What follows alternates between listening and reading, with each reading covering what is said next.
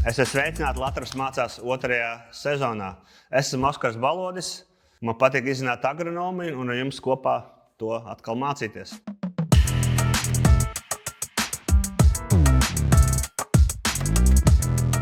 Šodien studijā esmu uzaicinājis Dāvi no Neretes.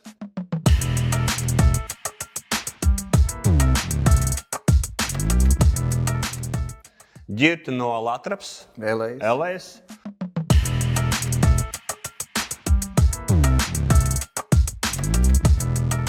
Un Aivaru no Dobels novada.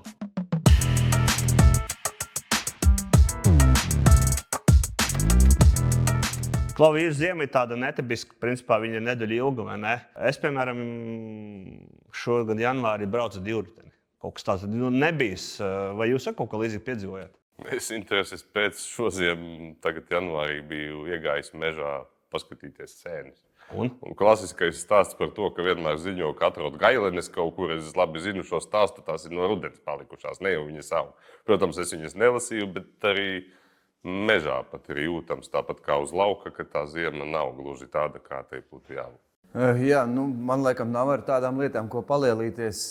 Sēnēs negāju, bet pārliecinājos kārtējo reizi, kad meteorologiem maksā par to, ka viņi melo. Jo solīja, ka ziemas nebūs, bet redz, kur viņi ir.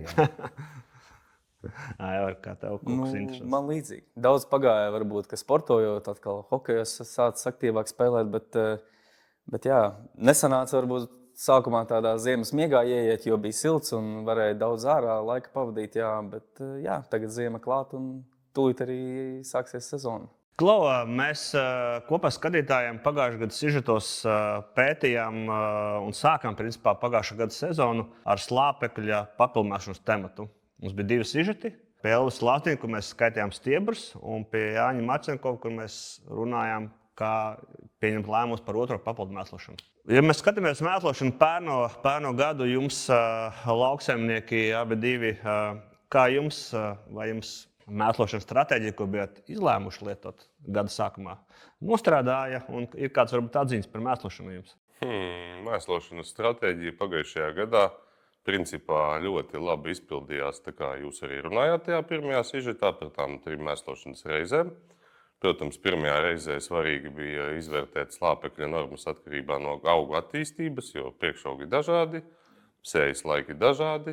Tā kā pirmajā slāpekļa mēslošanas reizē mēs manevrējām no 50 līdz 90 kg slāpekļa tirvielā, kas šajā pagājušā gada sezonā bija attiecīgi 40 līdz 50% no visas sezonai nepieciešamās vajadzības.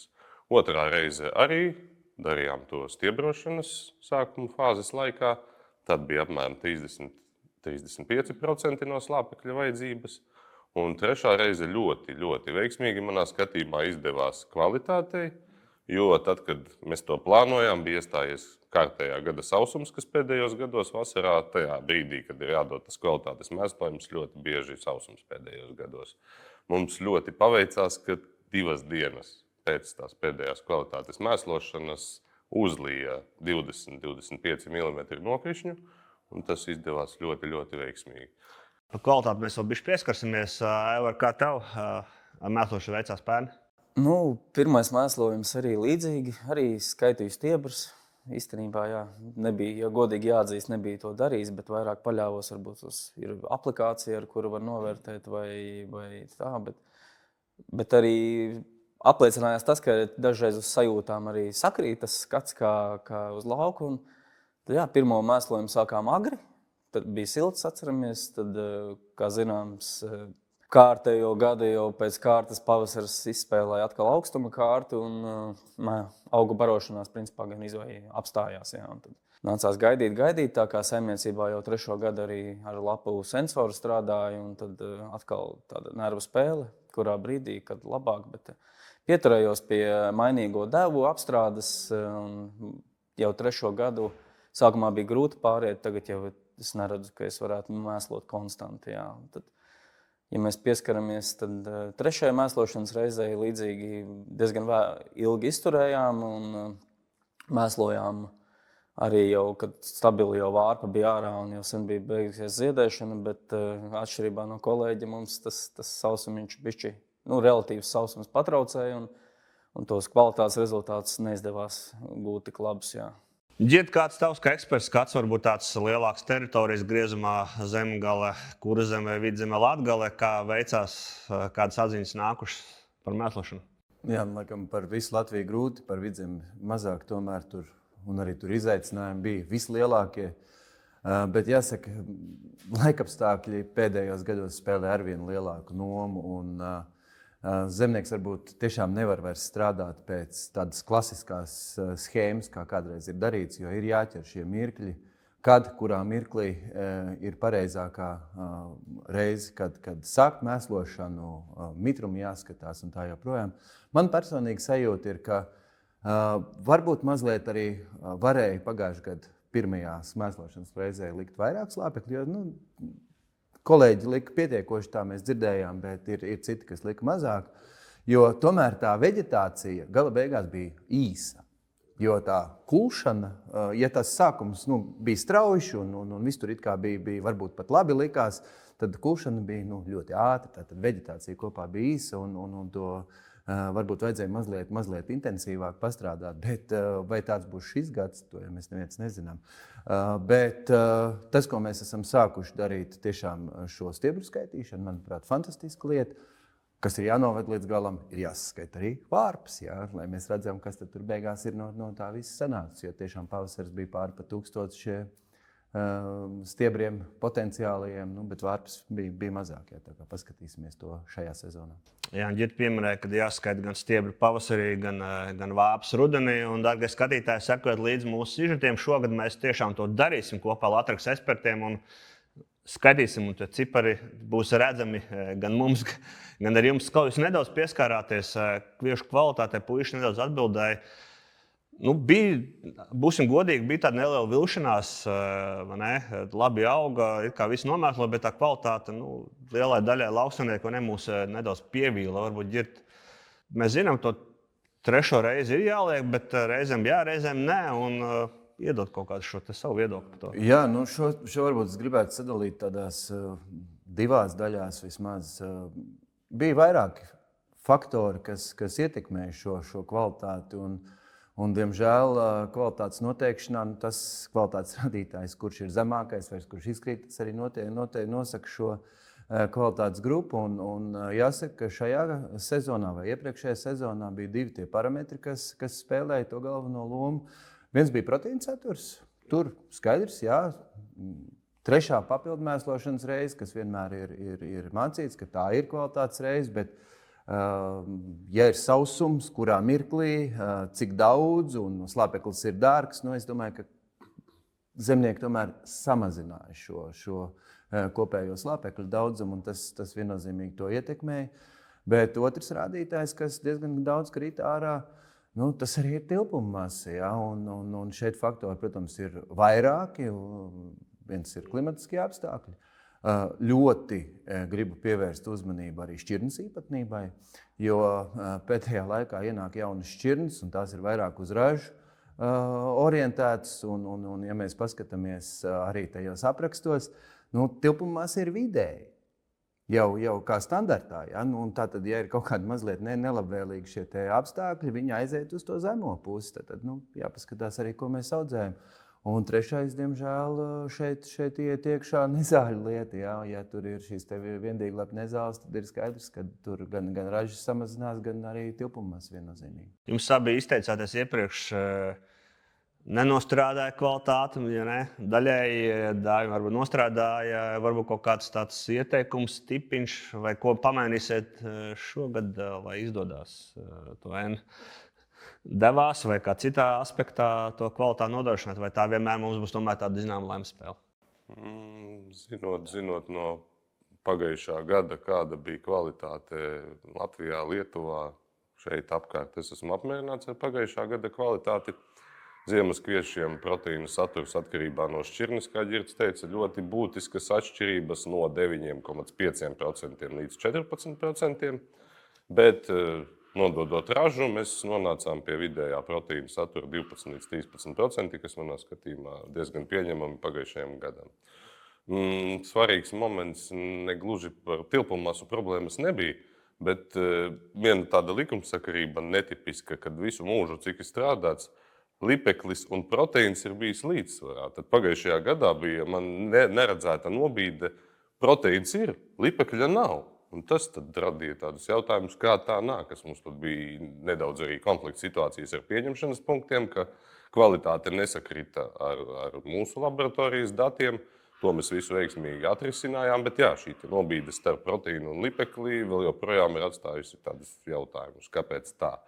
Arī svarīgs moments lietot lapu mēslojumus, ir īpaši sausuma periodos šādos, kas tādi uznāk. Pēdējos gados lapu mēslojumiem es pievēršu īpašu vērību, tieši liekot akcentu uz to, ko Ģirds teica, ka kāds elements nav līmenī. Pēc lapu un pēc augsnes analīzēm problēma ir varš, mangāns, cinks. Tam es pēdējos gados pievēršu ļoti lielu uzmanību. Vai tev tieši par kvalitātes nodrošināšanu ar mēslojumu palīdzību tādiem priekšiem? Tas jau mums saimniecībā ilgstoši ir viens no tādiem klupšanas akmeņiem, varētu teikt. Nevar jau sūdzēties, ka ražas ir labas, bet visu laiku nedaudz pietrūkst līdz tam. Mēs gribētu to 12,5 proteīnu sasniegt. Mums pat līdz tam bieži gadās, ka nevaram aizsniegties. Un pēdējos 2 gadus, kā kolēģis minēja, mums jau pēdējos 2 gadus problēma ir ar lipekli, ka viņš nesakrīt ar to proteīnu kopas, nav sakarības. Un jā, tad šogad mēs pat, piemēram, mēģinājām 4 dažādus produktus, kā proteīna mēslojumam, gan šķidros, gan dažādus minerālu mēslus, granulu veida, un arī bija kaut kādas nelielas atšķirības, bet tas ieguldītais darbs līdz galam tā kā neatmaksājās. Jā, un tad katrā ziņā turpināsim pētīt, un arī, ko gribēju arī pievienoties, kad mēs lapas, piemēram, ļoti labi paskatāmies lapu analīzes pēc mikroelementiem pirmajās stadijās, un man ir gan arī graudu analīzes pēdējos gados, kas ir iekšā, un jā, varbūt pievērst vairāk uzmanību mikroelementu mēslojumiem vai pat makroelementu mēslojumiem tieši uz pēdējām auga attīstības stadijām, ka varbūt tur būs tas suns aprakts. Jūs arī pie kvalitātes, ne proteīna, bet kopā pie kvalitātes tulpumos pieminējat tādu aspektu kā nezāļainība. Mēs pagājušajā gadā kopā skatītājiem arī uzfilmējām sižetu, kur mēs mēģinām iepazīt, kādas ir viendīglapju un nezāļu sugas mūsu laukos. Zem sižeta būs pieejams materiāls, kur varat vēlreiz iepazīties ar svarīgākām viendīglapju nezāļu sugām un pārdomāt jūsu ierobežotas stratēģijas savā saimniecībā. Kungi, nezāles ir lieta, kas patiesībā ir tāda pēdējā laika karstā lieta agronomijā. Mēs tiešām par to pagājuši pieskāramies sižetos, Ģirti iedod tādu, vai es viņu mālēju tik briesmīgi to nezāļu jautājumu ar viendīglapju nezāļu sugām, vai nav tie traki, Ģirti? Oskar, man liekas, ka tu pa maigu runā par šo. Paskaidro. Tā problēma ir augoša un arvien nopietnāka. Ir sevišķi ņemot vērā, ka mums ir mainījušās augsnes apstrādes tehnoloģijas. Tas ir viens, bet otrs ir šis rezistences faktors, kas parādās it sevišķi uz viendīglapju nezālēm arvien nopietnāks. Un ir produkti, kas vienkārši vairs nestrādā. Un ja kādreiz mēs varējām saukt tādus cross-spektrum, bija produkti, kas uzlika un ņēma visu, tad tagad nav. Un mums ir tiešām jāskatās uz katru nezāļu sugu, varbūt katrā laukā negluži, bet katrā saimniecībā, kurš produkts ir piemērots un ar kuru strādāt. Un, ja ar divdīglapju nezālēm plus mīnus mēs tiekam galā, ir parādīsies izaicinājums ar virzu, varbūt gan jau arī jūs esat saskārušies, kas kādreiz likās smieklīgi, bet risinājumi ir. Tad šīs viendīglapju nezāles tās tiešām ir liela problēma, un visas 3 galvenās sugas, kā rudzsmilga, lačauzas, dažāda veida, parādās aireni, kas tiešām ir traģiska, ja? Un mēs zinām, ka zemgalē ir arī saucamā blegrās peļustīšu lapsasti, ja? kas ir Eiropā viena no visbīstamākajām. Tātad tiešām runājiet ar savu agronomu un mēģiniet atrast to risinājumu pareizāko, kā cīnīties tajā brīdī, kad to nezāļu ir maz, jo tad, kad viņu būs daudz, būs ļoti, ļoti, ļoti slikti. Jā, daudz vai maz, kungi, jums viedoklis tavos laukos, Dāvi. Daudz vai maz? Tu ieraudzīji, ka bija maz vai ka jau bija daudz? Viendīglapju nezāles, ja? Vienīgi nezāles, protams, jā, mēs runājam par tām. Mana pirmā smagākā pieredze bija 2014. gads, kad nosala mūsu pusē pilnīgi viss. Gan rapsis, gan kvieši, bet nenosala vien Diglapi un ne zāle Lāčauze. Un bija tā, ka mūsu tā sējuma platība ir liela un sēklas materiāls nebija. Un pēc tās nosalšanas kaut ko taču vajag atstāt, lai būtu mazliet sēkla. Mēs atstājām pāris laukus kviešu. Un gala rezultātā, protams, tu redzi, ka to kviešu tur ir maz, tur tā kaut kāda tur tā nezāle tur aug, gan jau, ka nekas briesmīgs nebūs. Un tas budžets tiem laukiem jāplāno. Skaidrs, tur to graudu nav. Tas minimālais budžets un viendīglapju herbicīds, tas atkal baigā nauda. Nē, nelikšu. Tiksim galā, iztīrīsim. Tā kā man atveda tonu masas, kura sastāvēja no 500 kg lāčauzes un 500 kg kviešu. Un tad, kad es pavasarī sev galvoju, ka mēs iztīrīsim, viss būs kārtībā. Nekā. Tādu masu nebija iespējams iztīrīt. Var teikt, ka es tajā gadā to lāčauzu izplatīju vairāk saimniecībā, bet viņa jau bija. Un viņa jau bija ļoti daudz laukos. Un līdz ar to jau no tiem gadiem mēs sevi esam, nevarētu teikt mākslīgi, bet uzsēdinājuši tā kā uz atkarības no piroksulama, kas ir vienīgā nopietnā darbīgā viela, kas vispār šīm nezālēm darbojās. Protams, cenšamies katru gadu lietot rudens herbicīdus, augsnes herbicīdus, tur ir citas darbīgās vielas, citi darbības mehānismi, bet pavasarī, principā, katru gadu vienmēr vairāk vai mazāk ir jāpiestrādā ar šo te piroksulamu. Tāpēc gribētu, cerētu, ka nākotnē parādās kaut kādi jauni risinājumi, jo arī, ja mēs gadu no gada lietosim vienu un to pašu, problēmas viennozīmīgi kaut kad būs. Tā. Aivar, tavā saimniecībā, kā ar viendīglapju nezālēm, ir tikpat traki kā Dāvim?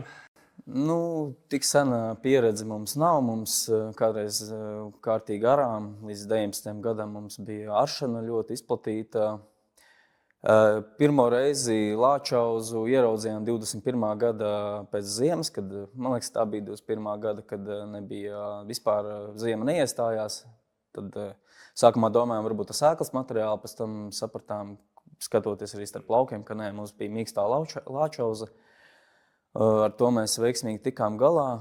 Teorētiski mums ir praktiski tiešā sēja. Mēs ļoti reti kaut ko minimāli apstrādājam, varbūt pēc zirņiem vai sējot starpkultūru. Un teorētiski vajadzētu būt spiedienam ļoti lielam, bet tas, ko jau zinādam ieviešos, jo tehnoloģija, kā augu maiņa, ir obligāti jāievēro, ja mēs negribam iedzīvoties šajās problēmās.